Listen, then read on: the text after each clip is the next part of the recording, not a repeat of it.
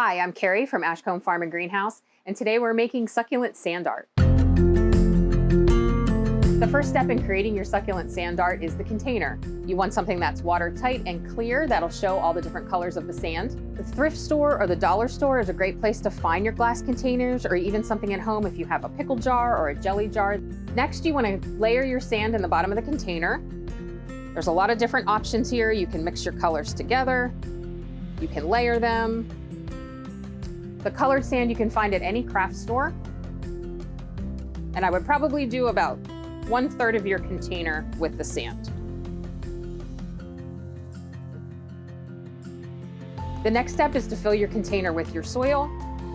Fill the next 1/3 of your container. Pat it down a little bit. Finally, you want to add your plant. We're doing succulents, but you could do other house plants like spider plants. You could do a cactus or an ivy, and you're just going to tuck it in the soil. Like that.